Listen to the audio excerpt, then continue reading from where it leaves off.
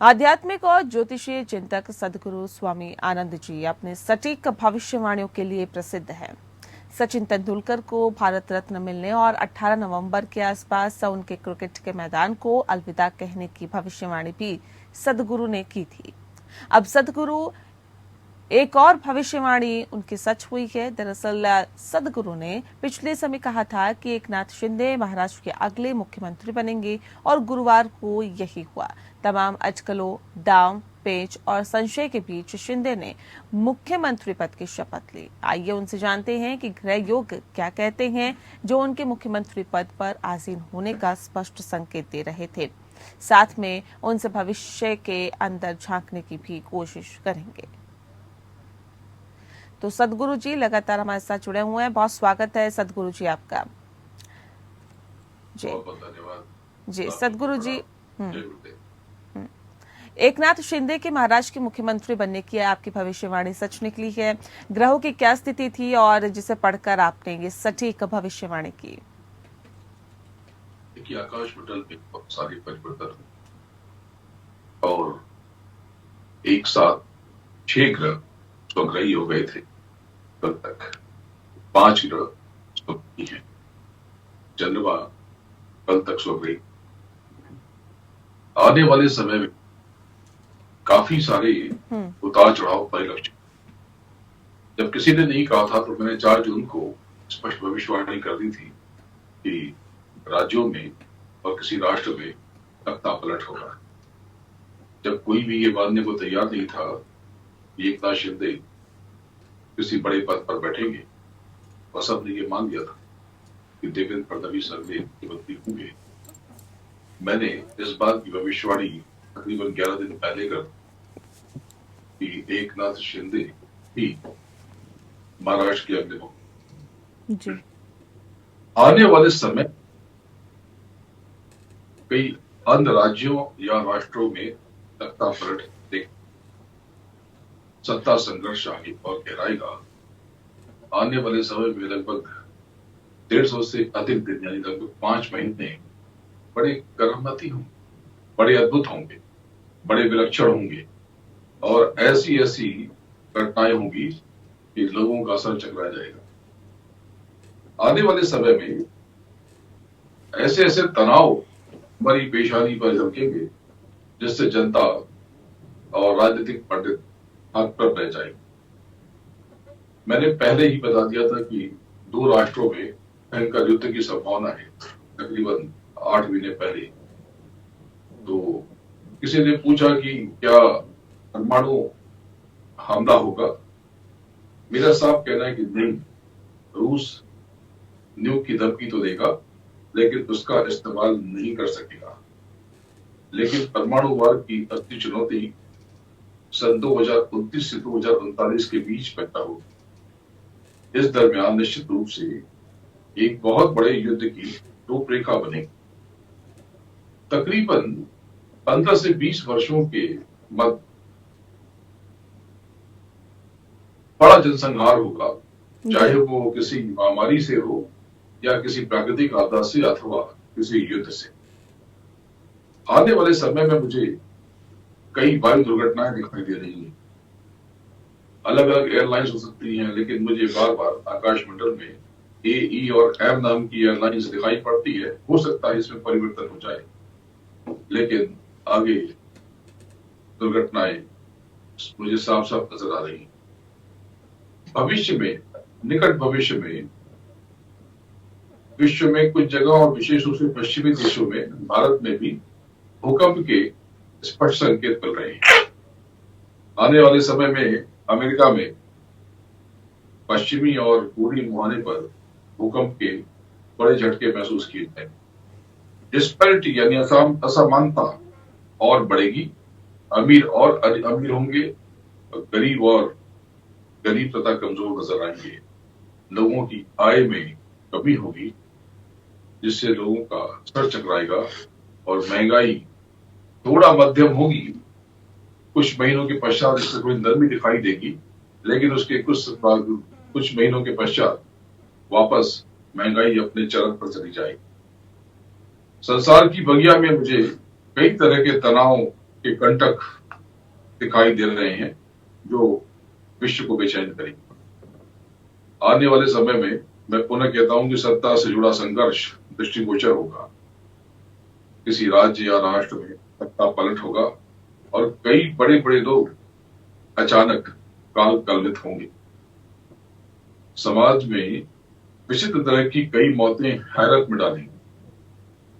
लोगों के संचित धर्म में, इकट्ठा किए हुए धन में कमी होगी। राष्ट्रों के विदेशी मुद्रा में भी ये कमी साफ दिखाई देगी। आर्थिक तनाव हर किसी को परेशान करेगा। जैसा कि मैंने बताया कि इसकी वजह से समाज में विसंगतियों में इजाफा होगा। अपराध की दर में बड़ी वृद्धि होगी, बढ़ोतरी होगी। खाली यही नहीं, मुझे आने वाले समय में विचित्र विचित्र तरह की घटनाएं दिखाई दे रही। मुझे आने वाले वक्त में यौन अपराध, विचित्र तरह के यौन अपराध और स्त्रियों के साथ दुर्व्यवहार मुझे दिखाई पड़ रहे हैं। नैतिकता का पतन होगा। नीच कर्म अच्छे माने जाएंगे और लगभग अधिकतर लोगों को मानसिक संताप मिलेगा। एक बहुत बड़ी बात होने जा रही है नेहा जी कि लोगों के भीतर प्रेम में कमी दिखाई देगी। सद्भावना में कमी स्पष्ट रूप से परिलक्षित हो रही है और इसको यूं समझें कि विद्वेष की अधिकता दिखाई देगी। एक बहुत बड़ी बात मैं कहने जा रहा हूं कि किसी राष्ट्र का प्रमुख या तो अप्रासंगिक हो जाएगा या स्वास्थ्य या किसी अन्य कारण का हवाला देकर अपना पद छोड़ देगा। एक बहुत बड़े राष्ट्र के प्रमुख को लेकर विचित्र तरह की खबरें हैरान करेंगी। 2 वर्षों के बाद एक बहुत बड़े लोकतंत्र में अभी मौजूदा दल अपनी पुनर्वापसी करेगा, पूरे जोर शोर से पुनर्वापसी करेगा और लेकिन कुछ महीनों के पश्चात उसका मुखिया अपनी गद्दी दूसरे को सौंप देगा और किसी अद्भुत कर्म में, अद्भुत कार्य में लग जाएगा। ये बहुत विलक्षण घटना होगी और एक बहुत बड़े राष्ट्र में पिछला राजनीतिक दल या पिछला मुखिया वापस लौट आएगा। बहुत बड़े राष्ट्र में ये होने जा रहा है और एक बड़ी विलक्षण कुछ घटनाएं होने वाली हैं। आने वाले वर्षों में मुझे समुद्र के पास के शहरों में बहुत बड़ी त्रासदी दिखाई दे रही है। बड़े बड़े शहरों को जो समुद्र के नजदीक बसे हैं उनको भारी नुकसान झेलना होगा। कुछ समय के पश्चात ट्रेन और सड़क दुर्घटनाएं भी मुझे बढ़ती हुई दिखाई दे रही हैं। बीच में थोड़ी शांति हो जाएगी, लेकिन उस शांति के पश्चात कुछ राष्ट्रों के बीच पुनः कूटनीतिक तनाव का सृजन होगा। आने वाले समय में मुझे कई राजनेता अप्रासंगिक होते हुए दिखाई दे रहे हैं। जो कुछ भी हो नेहा जी, आम जन का कष्ट तो बढ़ेगा और किसानों को बहुत कठिन समय का सामना करना पड़ेगा। केवल मुट्ठी भर लोग ही सुखी दिखाई देंगे। महाराष्ट्र की राजनीति में बड़ा उलटफेर हो। अभी ये कुछ नहीं, अभी बड़े तनाव से कुछ लोग गुजरेंगे। आप सबने देखा कि एक बड़े काबिल नेता जो मुख्यमंत्री के उम्मीदवार थे उन्हें उप मुख्यमंत्री पद दे दिया गया। ये बहुत बड़ा करिश्मा था, लेकिन इसकी चेतावनी मैंने पहले ही दे दी थी। आपके चैनल पे भी मैंने कहा था और अन्य जगहों पे मैंने बताया था कि श्री देवेंद्र फडणवीस जी बड़े योग्य व्यक्ति हैं, बड़े काबिल व्यक्ति हैं, बहुत सुलझे हुए हैं, लेकिन अभी कुछ समय वो मुख्यमंत्री की गद्दी से दूर रहेंगे।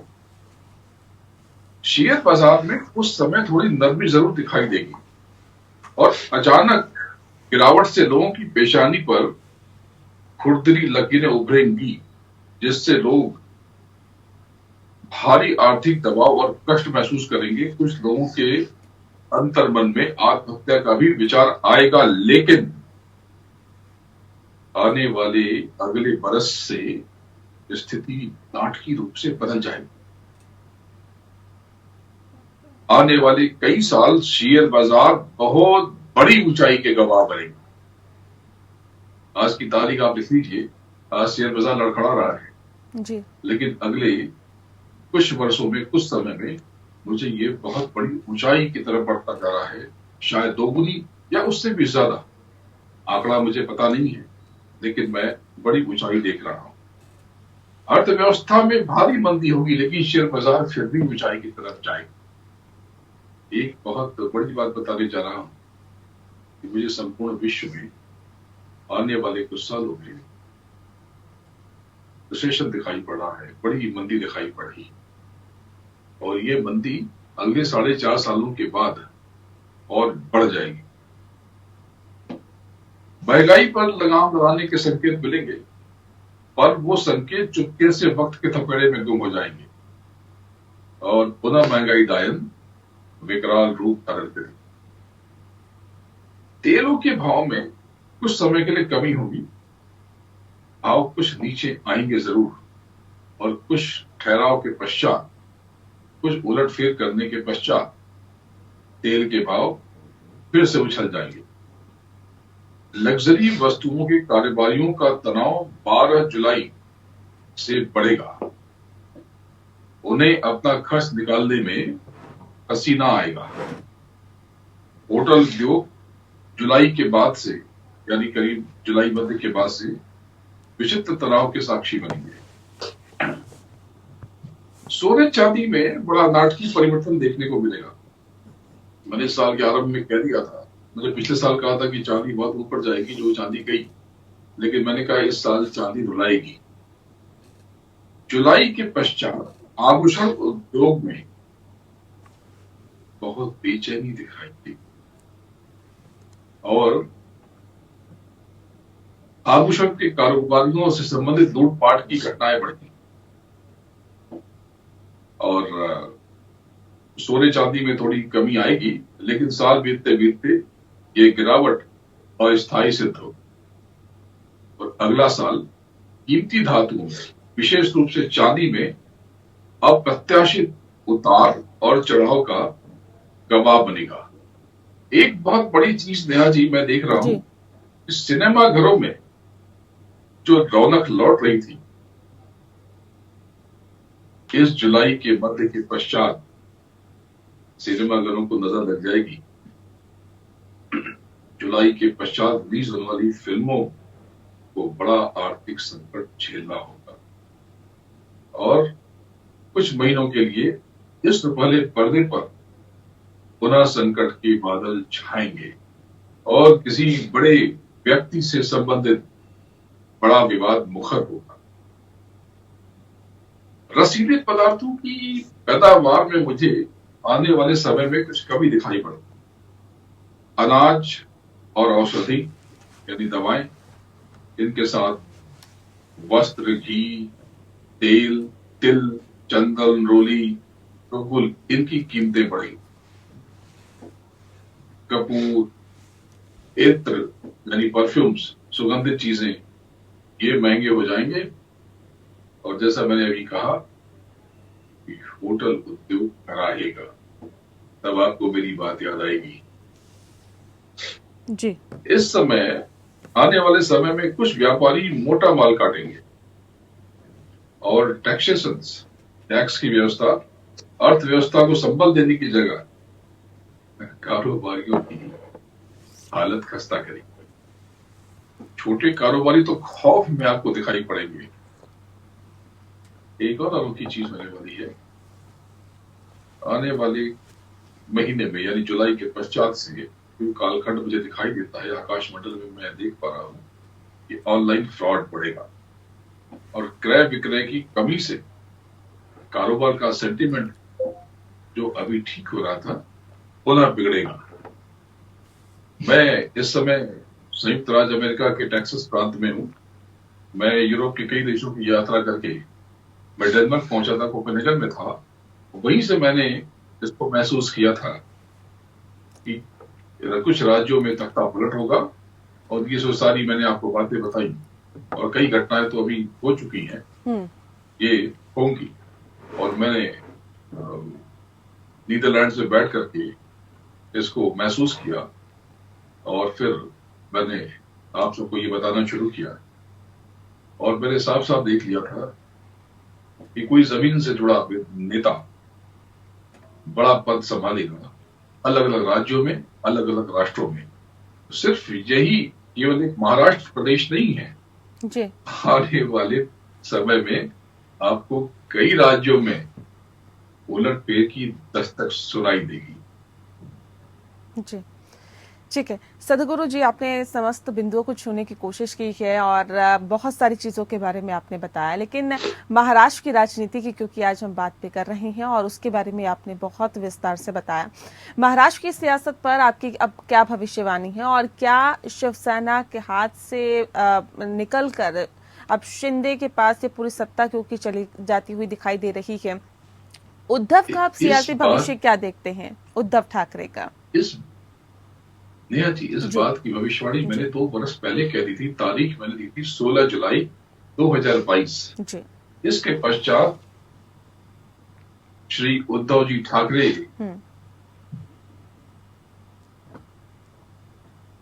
इनके लिए आने वाला समय बहुत बड़े तनाव का सृजन करेगा। आने वाले समय में उद्धव जी को बड़ी स्वास्थ्य समस्या भी होगी, और उनके नेतृत्व वाली शिवसेना को भारी दिक्कतों का सामना करना पड़ेगा। श्री एकनाथ शिंदे जी महाराष्ट्र के बड़े कद्दावर नेताओं में शुमार होंगे, और अभी वो जो जो कदम उठाएंगे उनको देख करके उनकी भविष्य का आपको पता चल जाएगा। और मुझे लगता है कि 2-2.5 बरस कम से कम श्री एकनाथ शिंदे जी महाराष्ट्र में एक छत्रप के रूप में स्थापित रहेंगे। लेकिन सदगुरु जी, फडणवीस का क्या कुछ भविष्य रहेगा? क्योंकि वो तो कहीं ना कहीं उम्मीद पाले बैठे थे कि मुख्यमंत्री का ताज उनके ही सर सजेगा। ऐसा तो हुआ नहीं। जिस तरह की भविष्यवाणी आपने पहले की थी वो भी बिल्कुल सटीक साबित हुई। अब क्या लगता है उनका सियासी भविष्य क्या होगा? क्या मुख्यमंत्री बनने का जो सपना उन्होंने देखा था वो आने वाले वक्त में एक बार फिर से पूरा होगा? फडणवीस जी बड़े योग्य व्यक्ति हैं, बड़े काबिल व्यक्ति हैं। आकाश मंडल में उनकी गर्दशा बड़ी विलक्षण दिखाई देती है, लेकिन कम से कम 2 बरस उनको चुनौती का सामना करना पड़ेगा। श्री देवेंद्र फडणवीस जी आने वाले समय में भारतीय जनता पार्टी के कद्दावर नेताओं में शुमार होंगे और बहुत लंबे समय तक याद किए जाएंगे। ठीक है सदगुरु जी, एक आखिरी सवाल मेरा आपसे है, और मुझे लगता है कि हमारे दर्शक भी वो जानना चाहते होंगे, क्योंकि प्रधानमंत्री नरेंद्र मोदी सशक्त नेता है, न सिर्फ यहाँ पर बल्कि पूरे विश्व में जाने जाते हैं। ऐसे में प्रधानमंत्री नरेंद्र मोदी कितने वक्त तक सत्ता के शीर्ष पर रहेंगे, और मोदी के बाद कौन देश का प्रधानमंत्री होगा? मोदी जी के नेतृत्व में भारतीय जनता पार्टी अगला चुनाव जीते, 2024 के चुनाव में विजय प्राप्त करेगी। मुझे बस इतना ही कहना है। आप मेरी पूरी बातों को याद करेंगे तो मैंने छुपे रूप से सारी बातें कह दी हैं। जी, बहुत शुक्रिया आपका सदगुरु जी हमारे साथ सीधे जुड़ने के लिए, और आपने अपना कीमती वक्त दिया, इसके लिए आपका बहुत बहुत शुक्रिया। और आप देख रहे थे सदगुरु जी की भविष्यवाणी, उन्होंने किस तरह से भविष्यवाणी की और क्या कुछ कहा। न सिर्फ एक मुद्दे पर बल्कि उन्होंने संसार के समस्त मुद्दों को छूने की कोशिश की, समस्त मुद्दों पर भविष्यवाणी जो उन्होंने की है वो बताई।